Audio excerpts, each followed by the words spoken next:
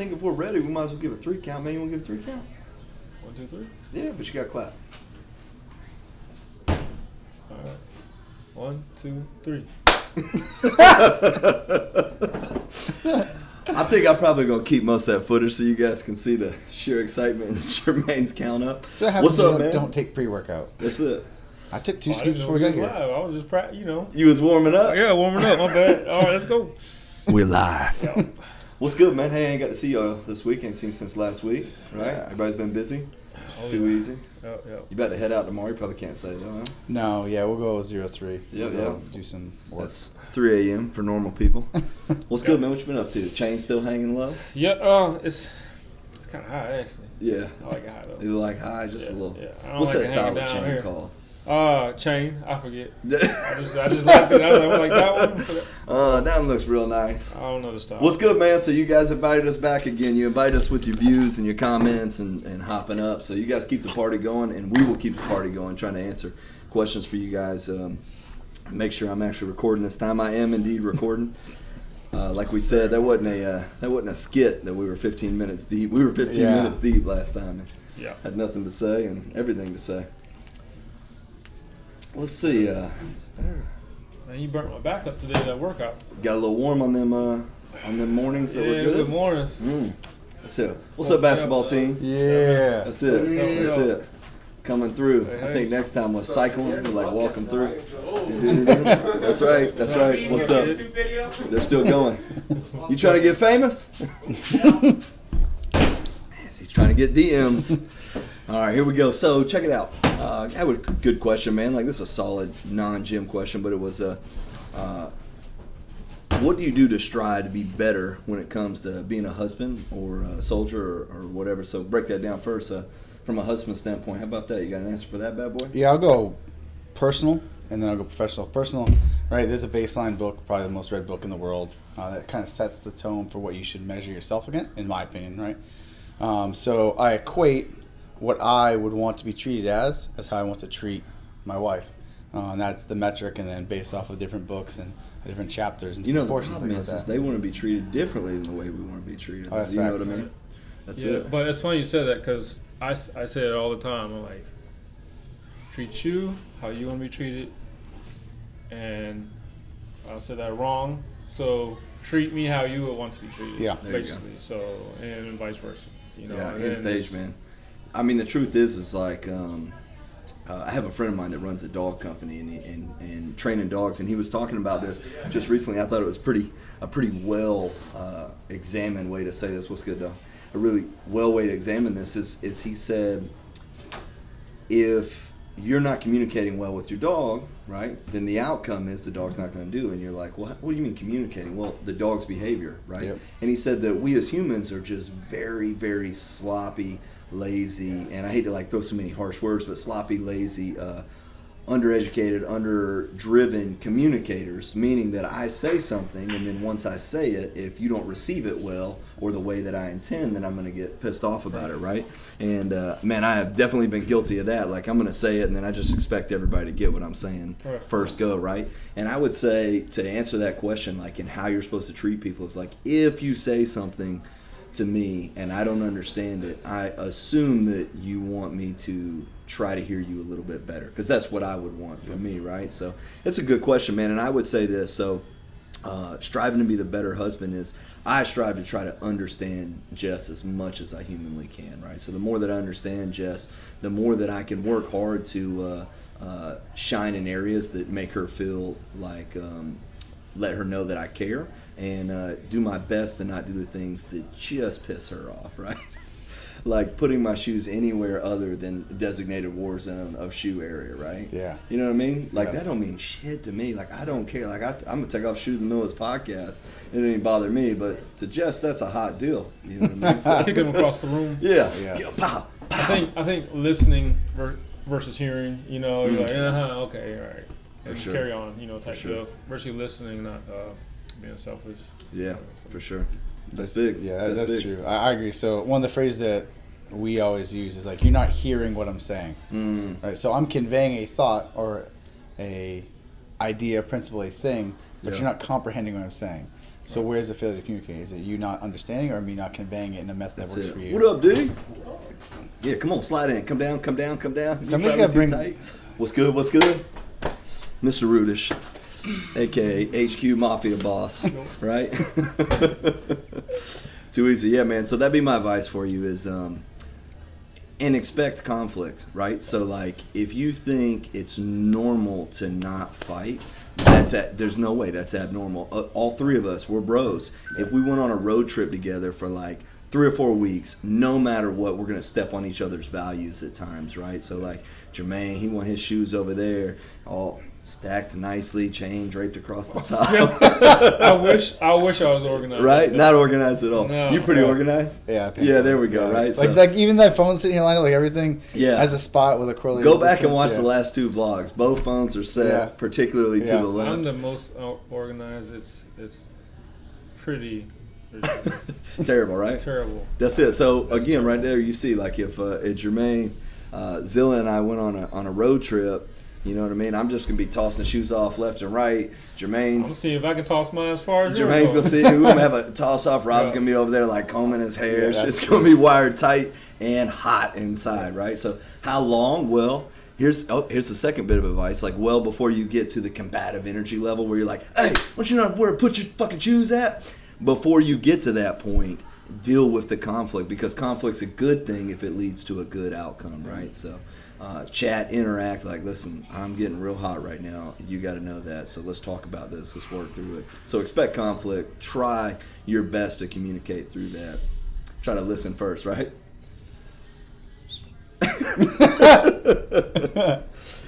Too easy, man. All right, so we had some other good questions that rolled in. As soon as I figure out this computer works. So one of the questions asked, and I thought this was pretty good, kind of expanding upon last week, was remember we talked about maintenance weight going into a competition, right? Or a fight or getting on stage or whatever that may be. It says, would it be better to sit leaner rather than bulky until a few weeks out? So thoughts on that?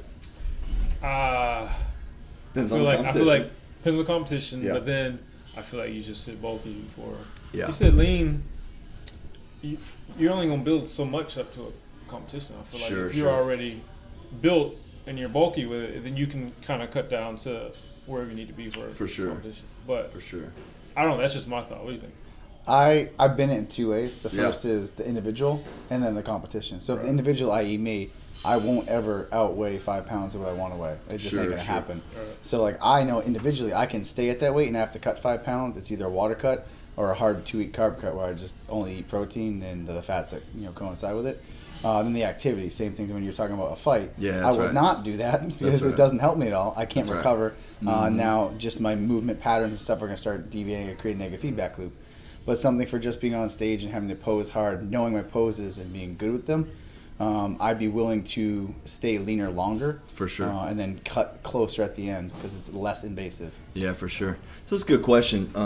Obviously, Militia, we specialize in hybrid, and that means like we can do a little bit of everything. So let me kind of go left to right on this spectrum. So if you're trying to get on stage, you're not really worried about energy systems, right? There's no performance outside of posing, and now that's still a performance. So like if you hear that, don't think I'm saying it's not performance. It's just not the same as like I'm going to go lift weights.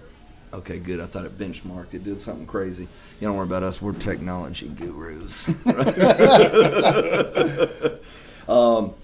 You're going to get on stage. Well, you want to try to get as lean as humanly possible, and who cares how you feel, right? Yep. Because you're fighting an aesthetic sport. If you don't feel great, good. You're probably on the path to the best look you can have on stage. Then you step a little bit further to the right, is how long is the energy requirements, right? So like a powerlifting meet or an Olympic lifting meet or maybe a strongman, because they're 1 minute competitions, they're 1 minute events, if you will. Any of those you can get away with waiting a much longer period of time before you drop down in your weight, because you don't need your body to adapt as much to the energy the demands that are going to be placed upon you. And then let's slide a little bit further over on energy capacity, and let's say you have like either 3 5-minute rounds for a fight, or you have so when I do a jiu-jitsu competition, or Jess does, or any of our jiu-jitsu peeps that we train to, they're going to do a 5-minute match, and then you're going to get about 10-15-minute rest, then you're going to do another 5-minute match, and then you're going to do the same thing, and you're going to keep that party going all the way till you end up at about like 5-minute rest, and then you're back on the match again, like in the finals, right? So like when I was at Worlds this year, I got knocked out after my 3rd match. Went the distance on everything, but I was whooping this guy too. So I was 1 out of 3rd. But had I won, I'd have still had 2 more matches. And the thing is for that style, if I wait to get to a weight class like 2 weeks out, my energy system is going to be super blasted because I haven't adapted to that weight. So again, you also want to try to be probably as lean as possible. The longer the energy requirement is, right, and you want to go ahead and start to get to where you're going to be much sooner. The cool thing about powerlifting, specifically Olympic lifting a little bit because you got mobility issues, or you can wait to make that cut because even though you're going to store a lot more fat, the fat's going to actually help you lift, right? So as you get to the barbell on something that you have the opportunity to cut for, you want to try to be as fat as possible with as much muscle as possible. You don't want to be as lean as possible because fat increases your leverages. So it really depends on the sport. The longer the energy demand, the sooner I would tell you to start getting to that weight. You know what I'm saying? Right. That's it. If you have no energy demands, well, who cares? You can just get super lean, and then in between super lean and competing for longer duration is a later cut. For sure. Yeah. You look at most of the Olympians, especially Brandon Curry back, and Phil Heath does like a 12 to 20 week cut. Yep. Brandon Curry did pretty much the same. That's conditioning in terms of that. Wow. Yeah. So here's a cool question: is and this has probably been said a bunch of ways. So if this question doesn't resonate appropriately, we'll readjust how to say it. But that's resetting the body's thermostat. Familiar with this term at all? Yeah. What's up, Rick? Yeah. He's so big. Huge. Thermostat metabolism's another way to say it, right? We were talking about this earlier, actually. Basically, how what you eat and then your body set point adjusts to your metabolic rate. That means be right back. It's going to drive how hot you are. And resetting it, you just want to adjust. Okay. So the more calories you put in, think of it as the more gas the car has in the engine to run. Right. If you constantly have it full, it has to keep running to burn off that energy source. If we drop the energy sources down, meaning we put you at 3/4 of the tank and let you run until it's empty, then eventually you start figuring out where you need to put those refills back in. That's the eating at Correct. few hour interval, basically. So your steady state of burning. Yeah, and it also You're trying depends. to keep the furnace hot. Exactly. Right? Yeah. I've always suggested that with people. I'm like, you have to eat more meals. A lot of people think that, who want to lose weight, they won't eat as much. They'll have like the basic 3 meals. You know what catches, makes that addictive is the 2-day response. Yep. Right. So meaning, okay, you've been eating, and then all of a sudden they just completely cut their caloric amount. They cut their carbs. They cut everything. And for about 2 days, you're going to look way better than you did 2 days before that. Right. You can be like, oh, sauce. Yeah. Right? That bathroom mirror, you look good. I'm going to walk by it again. Yeah. Right. So you end up looking phenomenally better for about 2 days. But then what happens is you stall hard, and then you go straight into starvation mode. Right. So you stop thriving. You start going to starvation mode. And then once that happens, now your body's going to change the thermostat, if you will, in order to accommodate for that. When you look at easily one of the greatest atrocities in modern history is the Holocaust. And you look at how little the people inside the camps were fed and how long they survive, it's very clear that the body can do amazingly crazy things to survive, right? In that starvation mode. And so if you think that you're going to outsmart your body in the course of a week or two or even a month by just lowering it and it's not going to rebound, it definitely is. And that's no diss on you or your intelligence. We've all done this dance before, because it's addictive. You do it and you're you eat a little bit less and you're like, dang, I don't feel great in my workouts, but I look good. Then you get that diminished returns, right? Yeah, absolutely. Guilty. Guilty. I was telling you how I didn't eat much or undereat or underate that's right. until recently. And Yep. it's true. It's true. Your energy levels, you don't feel great, Right. at all. Like you might look the part, but Yep. you're hurting. So That's it. like increasing meals, at least. I don't know a good number. I always say at least 5, but I don't know if there's a number of meals out there. Like, let's say minimum is 3, right? And like that's not optimal. I probably only eat 3 times a day almost all year, which again is not optimal, but it's like about the best that I can work this feasibly into a schedule like regularly, right? Only because eating takes time, right? So you sit down, a little bit of prep, a little bit of warm up. Not for this dude. No. But that's the same thing as For sure. I gave up taste. I Yeah. gave up like Satiety cost, was gone. satiation to get my meals That's it. sequentially broken out over the correct span of time That's and the it. exact nutrients So I want. you had a fun saying. What was it? It was, can you say the meals were for the It's for performance, not pleasure. yeah, no, it was something to do with steel. Oh, I don't know. I don't remember. It was. I heard you say it a while back. It made me crack up a little bit, inside and out. But yeah, when you do make the meals for purpose Yeah. and not pleasure, for sure. you get more out of it. Your body gets more out of it. Right. Because, we all love pleasure, right? Sure. But you got to stick some purpose in there somewhere to control where you bend in your elbow. You bend the elbow too much with the wrong stuff, you're not going to get the results. And even eating 3 times a day, it's not bad. Like given that you take the right calories and at the right profile, Right. it's that you're just not getting a full return Right. on the investment of the consumption For of sure. food. So if you actually really want good tasting food, you want to invest the time, money, effort, resources in making it, and you only eat 3 meals, you are going to be marginally less good than somebody who eats 8 meals that has no flavor and no enjoyment out of it. Right.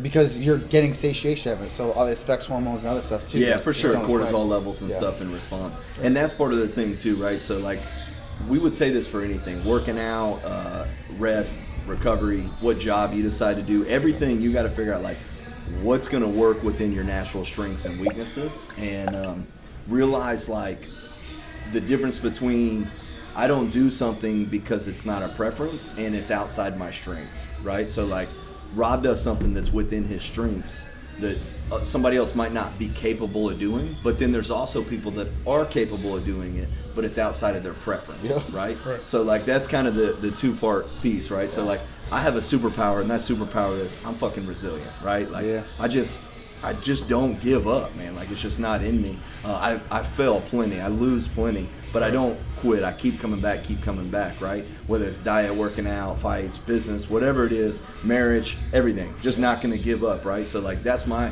superpower. Some people are super regimented, like you, right? Nikita's a good example of that.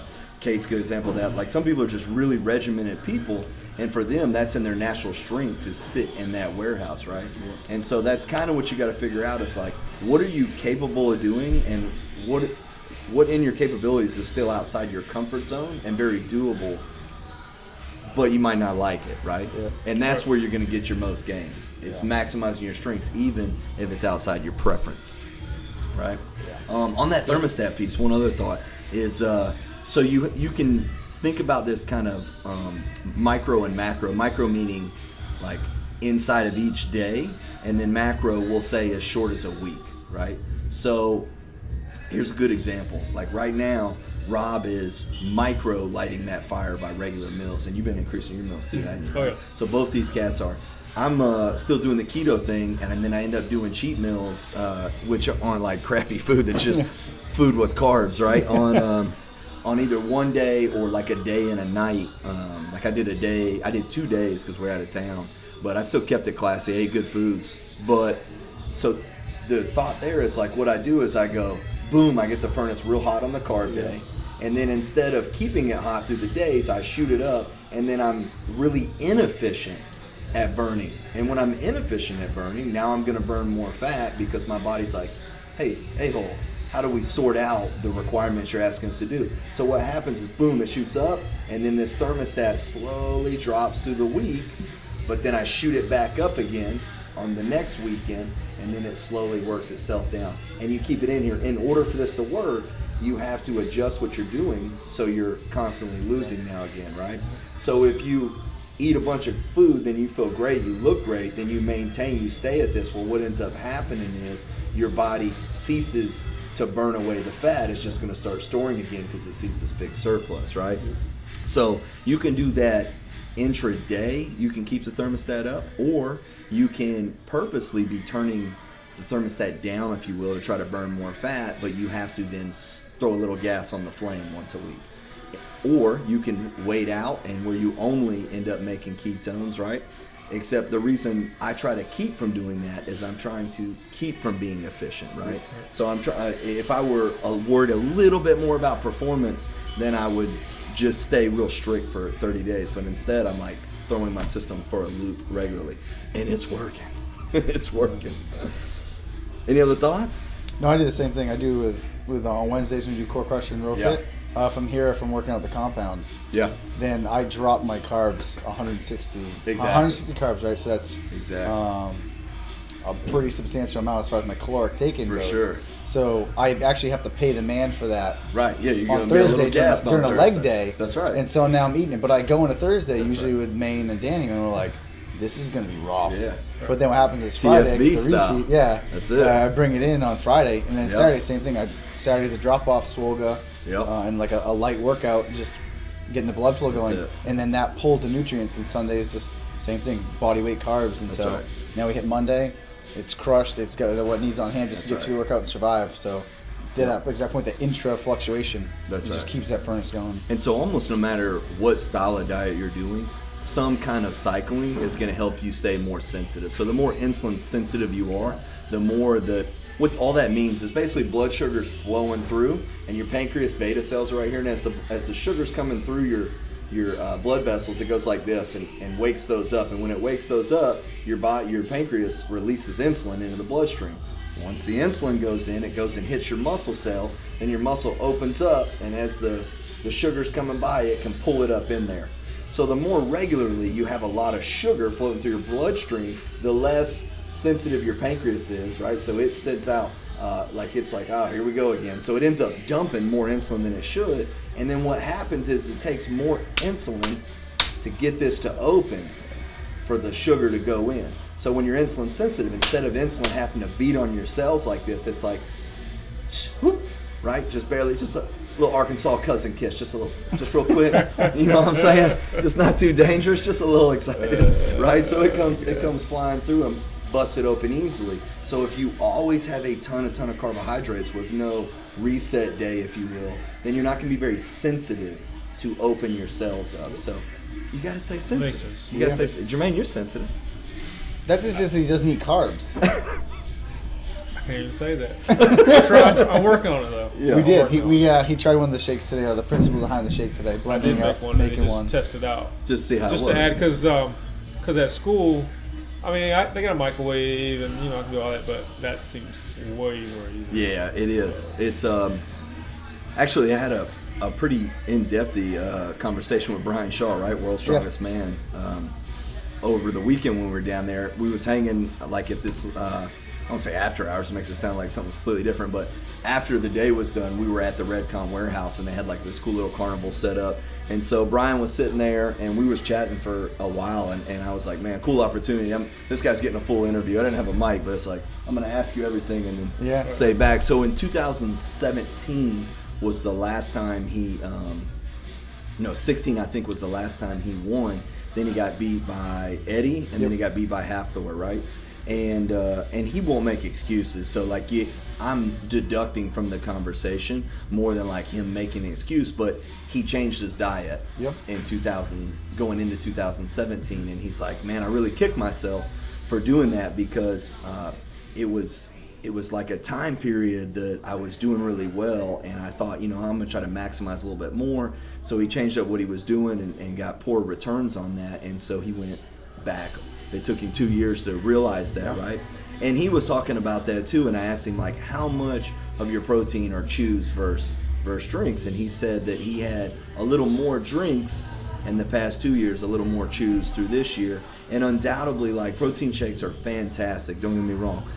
they're not the answer if you can chew. If you can't chew, the absence is absolutely not the answer, right? So it's exactly like we talked about last week, that it's definitely a supplement to what you're doing, right?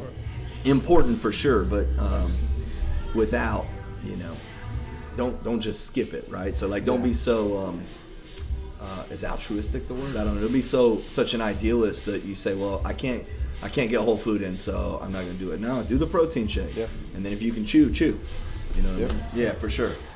For sure. Especially like you trying to feasibly figure that out at school and everything else, right? So I'll chew breakfast, post-workout.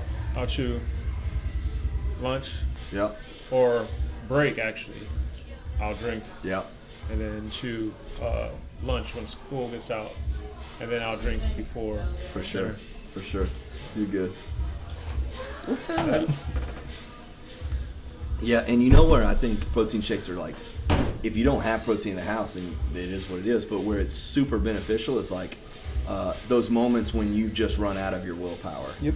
Right? So you're like, I did all this hard stuff today, I got this, I got a new boss or whatever, I'm doing all this, and like, you need to go get like 40 more, 50 more grams of protein, but like, do I feel like taking the pan out? Do I want to cook? I ain't got nothing. Like, nope, son. I'm going to go make the shake and crush it down. And I think, like, it's such a, not get out of jail free card, but, man, it's like, it's your homie you can call when you need a friend. Yeah, it's like, example, I was coming home. I got out of school today. I was hungry. I didn't have, I didn't set myself up for success for the week like you're supposed to. Set yourself up for success. Otherwise, on your way home from wherever, you're going to stop by Panda. Maine. You're going to stop by Panda and get a 2-plate plain rice and Beijing beef. So all right. I had that, and that's because I wasn't prepared. That's right. If I had something in place, like either a shake made or something ready, I could have that, something that's actually good for you versus some trash. For sure. And same thing. You don't have anything made, try to manage your decisions best possible, which is what you did, right? So it is what it is at that point. What do you guys think the best way to not swing when doing toast-a bar is? Do them strict. To not swing? Toast-a bar. Yeah, toast-a bar. So you start doing toast-a bar and you start getting the swing, right? So this person's asking, I got an answer. I should at this point. Right? Yeah, well, first off, it's physiological or really kinesthetic. So you have to choose to not. So then either slower and more deliberately contract your muscles to impede you from swinging by gripping harder and controlling the rate of descent, concentric, eccentric, or get better at them. I usually control at my shoulders, my lats. So I'll lean back, and then a lot of people are loose here when they're trying to do the toes bar. So like that's why they're swinging. They're that's like, it. so that's if you control at your shoulders and tighten your lats, when you're touching the bars, your toes, lean back. That's it. You'll come back and there'll just be a rhythm after that. Yeah, man. So 2 points. A, hold on to the freaking bar, right? Like seriously, not here, but I've seen stories of people pilling. So the best way to do it also could make it possibly the most dangerous way to do it, which is you do have to lean back a little bit. And to like Rob's point, if this is your legs and you're hanging straight and you bring them up and touch the bar, when they come back down, they're going to want to swing you, right? So they're going to want to swing you, and then you're going to get swinging like this. So as you go up, you have to counter that by pressing your lats back. So you go like this. Whoop. So you go like this, and then you come back through, right? So as you're going, your body goes back and then back through, so you're meeting, right? So it's like this is what's happening with your body, and this is you leaning back, right? As this comes up. If you don't, I can't articulate my hands the way I want to. I was like, I'm about to show this dope-ass example, and it's like, man, you're not seeing what I'm saying. As you go back, here we go. Yeah, side view there. Side view. If I go straight up, when I come down, my leg's gonna go. But if I go like this, like a V up, and I counterbalance, then when I come back through, I'm in line again. I come back, I'm back through, I'm in line. If I only go straight up here, as my legs come down, they're gonna cause me to swing. So I want to be holding and come back through. There we go. The other pro tip I would 100% give is the same reason why people fail at pull-ups is failure to comprehend grip and where it should be. Yeah. So when we used to do CrossFit, like specifically to the regionals and everything, we would have to do ton of toes to bar. I would not have a close grip. I would have a more than shoulder width, like a grip and a half. For sure. Because first off, ergonomics of motion, I am closer to the bar. That's all right. Therefore, my feet have to travel less distance, meaning I'm creating less momentum to slow my feet down. Also from here, I'm just rotating my shoulders a little bit. Vice here, where I'm trying to articulate or reticulate my wrist down to my elbow to my shoulder, use my lat, adjust my spine, adjust where my hips rotate at. So just your definitely. placement within the bar, your displacement from the bar shouldn't be a sticky point to how you can't get your toes to the bar. Yep. And so one of the things I've been blessed with in my life is poor genetics, right? So I've honestly had to work my ass off through time. Not that Rob hasn't. Rob's phenomenal. Rob's just been working it longer. I never had a very strong grip until I did, right? So like it took me years. I developed my grip. Now my grip's very strong. Lots of jiu-jitsu, lots of strongman, lots of powerlifting, Olympic lifting through time. Like my biggest limiter forever on being able to do a snatch was because I couldn't hold the bar to drive as much as I actually, right? So my best clean is 345 pounds, right? Well, before I could do that, I had to be able to hold on to that thing, right? So I'm had to work really hard to get a strong grip. And so remember, when Rob says to take your hands out wide, Rob has the hands of a gorilla, right? So you definitely, that's context, it. That's it, right? Get that away from me. You definitely, it's 100% accurate. The wider you can get your hands on that, the cleaner that's going to be. Like, obviously not to the extreme. You're not doing an iron cross with it. But the challenge, I tell you, is make sure you can grip that bar very sufficiently for multiple pull-ups. If you can't, then you probably shouldn't go super wide yet, because you're gonna end up losing a couple digits on the way out there, right? So this is actually one of the cool things about like a talk like this is the question is like, what's the best way to do toes to bar like that? But if you can't hold the bar, then that's not a good way to do it, right? So what's cool is there's no best way for anything. There's like what's best for where you're at. So for the person that asked that exact question, start with making sure that you're almost trying to press the bar towards your feet while you're bringing your feet towards the bar. And a great trainer for that is V-ups on the ground, right? So you can kind of get the motion of how to do a V-up. Then once you get that motion, like both these guys talked about, a little bit of lean back, now you can start to progress like where you can get your hands wider. And if you're already a freak and you're listening to this and you're looking for just added value, do exactly what Rob said. That's right. So we're scaling from to the most extreme to the brand new, and that's what is dope about a long form conversation, right? You got anything to add on that, man? No, y'all got it. That's just because you got 8-pack abs. Yeah, man. That's boring with it. No, man. I told you I was bulking right now. Bulking. Jermaine is thick. Thick. Clean. Doing cleans. Keeping the bar close drills. I'll kick this thing off first. So there's, you're talking about a dynamic movement, right? So lots of stuff. I love doing cleans. I think they're super fun. Super applicable, right? You have to pick something up, chunk it up. At least you're getting that hip motion. So when you say guiding, right? So the bar coming off of you, there's a couple reasons this can happen. Sometimes, crazy enough, it's arm length, right? So you're not holding the bar in the right spot. Try to maneuver where your hands are at. Try to check your ankle flexibility. And I know who asked this question, and you have pretty dang flexible squats and ankles. So for you, you might have your butt too low, and by the time you get your knees out of the way, you're trying to have a hard time figuring out what that feels like. Next is check whether you're doing anything with your lats on your pull, right? So like, are you actively holding the bar against you?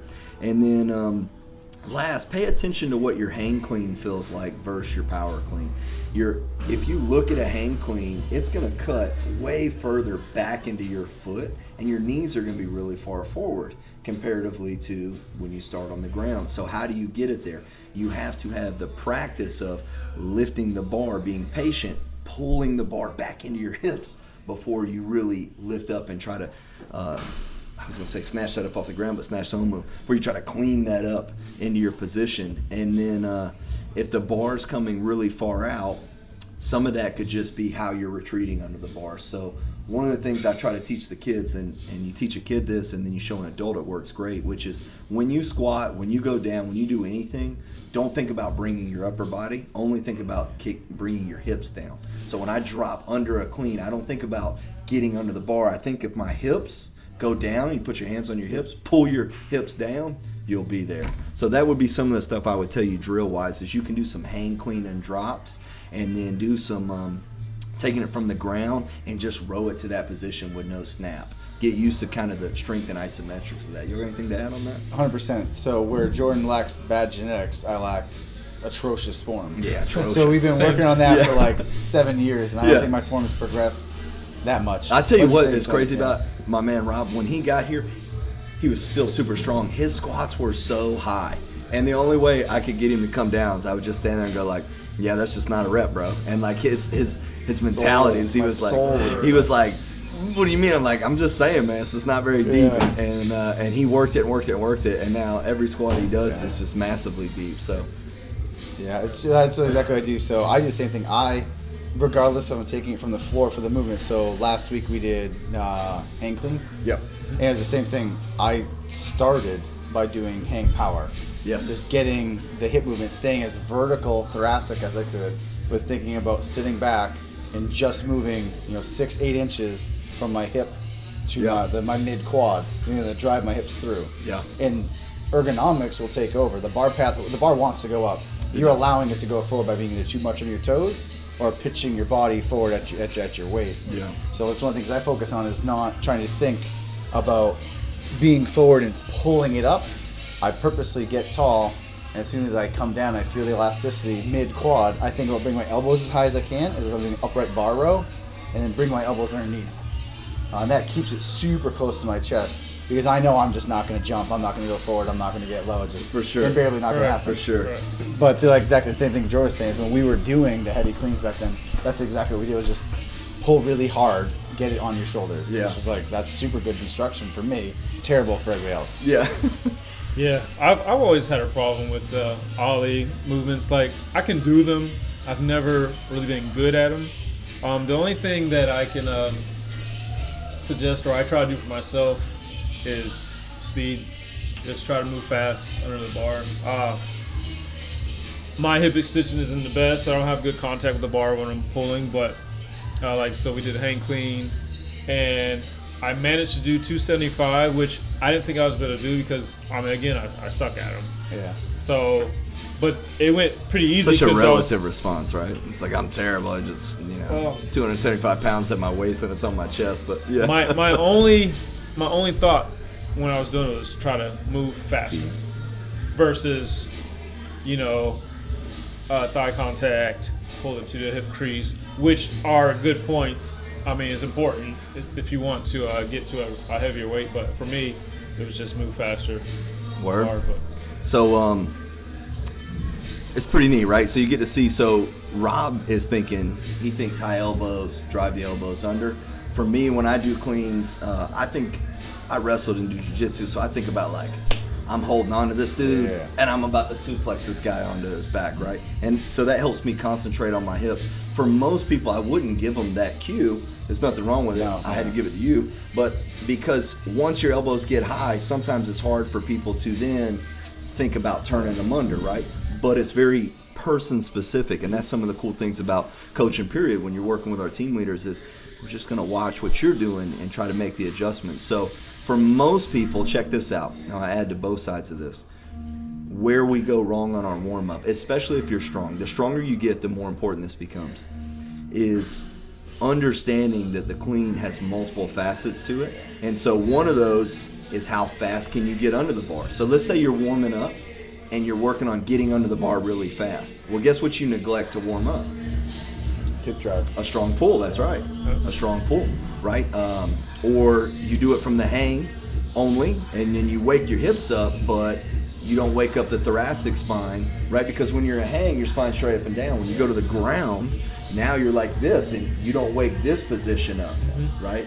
So here's the advice I normally tell people at the highest level, right? Like as you get more and more proficient.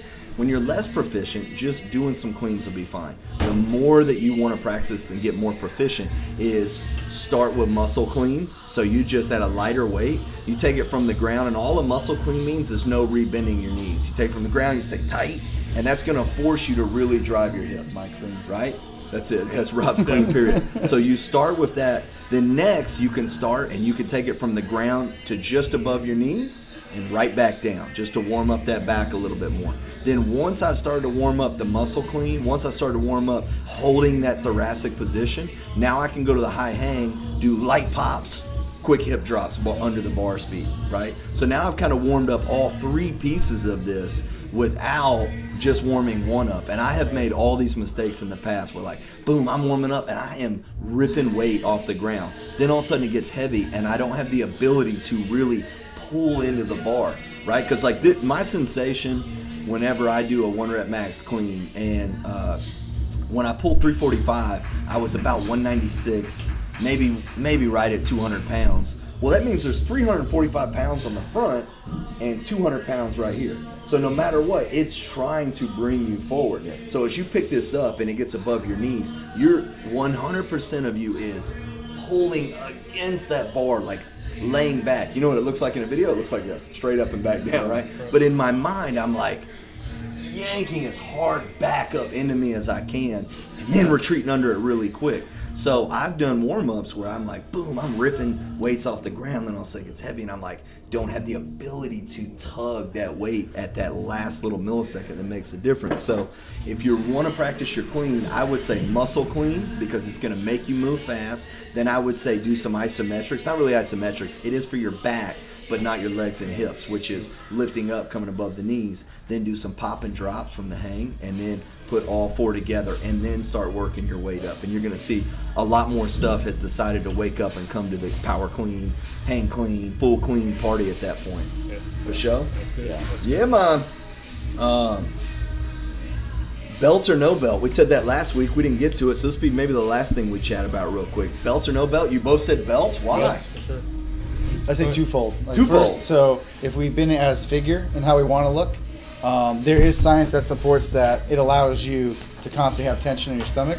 Why this matters is not necessarily the tension in your stomach, it affects your breathing, right? You have 6 liters of air between the two lungs, but if I'm constantly trying to pressure into my stomach to do lifts, I'm stealing from here, pushing there, it has to go somewhere. So I'm bracing against something.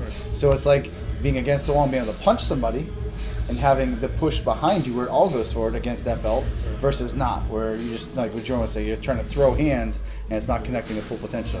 Yeah. The second thing is a heavy lift. It does create a bit of insulation. So somebody who has a weaker ability, abdominal wall, they can't increase the inner abdominal pressure to push against their spine. It alleviates them from their weakness in a way that the belt insulates them from their getting erector sternum or thoracic flexion that they don't want to have. Hugs that spine, man. Like, Hug that like spine. you push against the belt, as you take that breath and you're flexing, you're pushing against the belt, it just, everything's so like stable. It's like, it's like, every time, like especially a heavy squat, dead, anything, any of those, I'll put a belt on. Yeah. Because I didn't used to wear them. Yeah. And I found the benefits of that being so. So like you put that on and you're pushing against that belt, it's stabilizing your spine, your core is nice and tight, and you're able to do whatever the lift is. Yeah, man. For me, kind of two aspects. One, again, if you go to the extremes in any of these sports, what do? Right? So any power sports, strongman, powerlifting, Olympic lifting. You go to any of these three, at the highest level, there's a commonality. People got belts. And strongman, because you can, they wear 2 belts. Yeah. You got like a big kind of full body wrap and then a belt on top of that. Now, it's movement dependent. If they're doing stones, they're not going to wear a belt like that, or they'll spin it around because it's going to get in the way of their movement at that point. But if you go to the extremes, you can find the best idea for diet, for high-level performance. You find the best idea for equipment. You find the best idea for not always technique, but at least a good cue of technique. Because like Rob's a good example, and Jermaine, both 2 cats that are proof that consistency, as long as you're safe, is more important than beautifully perfect technique. Don't get me wrong, I love technique, right? I just spent like 5 minutes talking about clean technique, and I love technique. But what I love more than technique is safety and consistency, right? So as long as your technique's keeping you safe. So with that in mind, wearing a belt is going to allow me to stay consistent longer with a better guarantee, right? So like, why test it, right? You're like, man, you're not building your core up. Well, if there's almost any scenario where like I got to go over and clean 340 something pounds, I'm either going to have time to put on my belt, or I'm willing to take the risk in that moment compared to daily in the gym. I've heard that before. that belt doesn't help you build your core. It prevents you. Okay, so here's why it definitely does help you build your core. I'm going to break the internet. You guys ready? Do it. That's it. No matter what, you're breathing against something. Yeah. Either your soft tissue, your rib cage, the end of your rectus abdominis, and you're flexing your abs and your diaphragm is pressing against something. Does that make sense? Your abs are stabilizing while your diaphragm sits into that. Something is stopping you as you take that breath in. So by adding a belt, you're still breathing against something, except now instead of it just being able to go and kind of mold into the end stage of how wide your belly can push itself out to, now it's actively fighting against something. And so the fighting against something is like Jesse does way more abs than I do. Big surprise. You see how they look.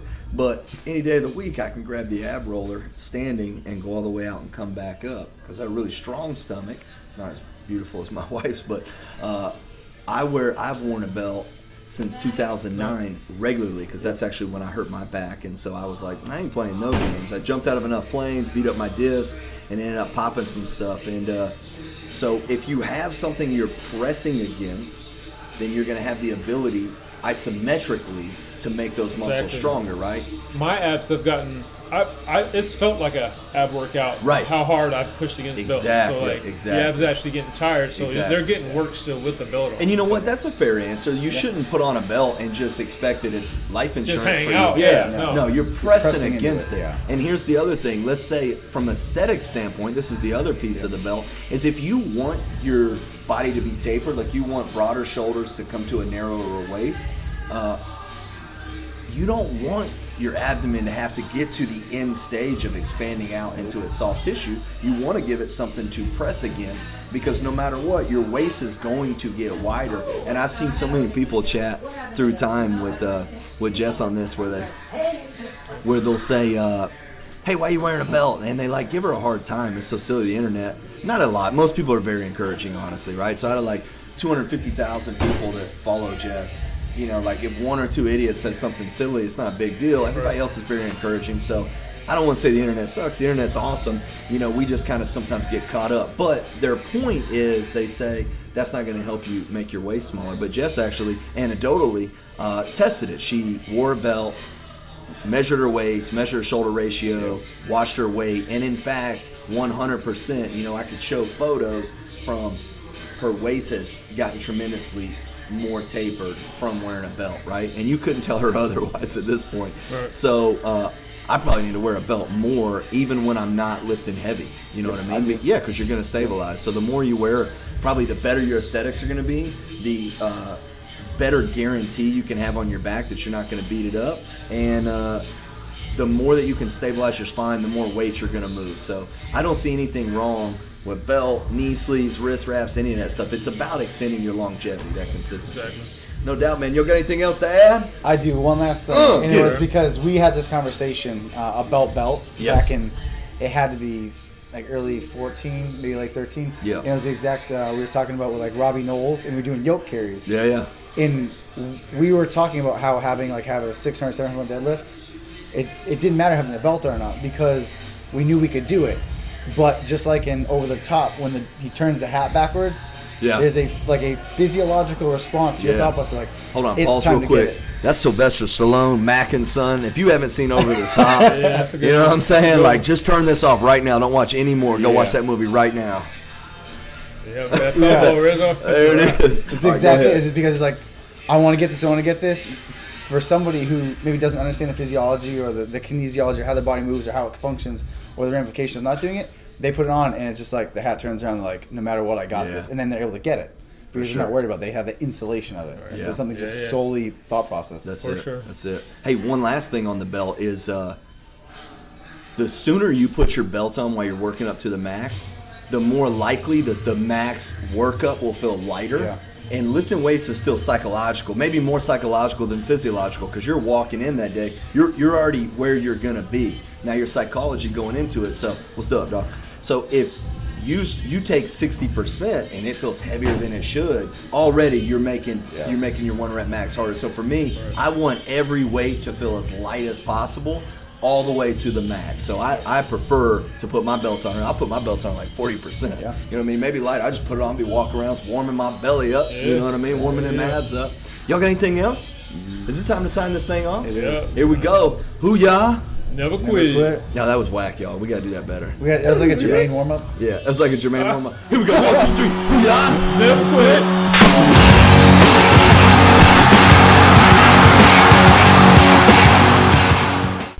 Now I gotta stop this.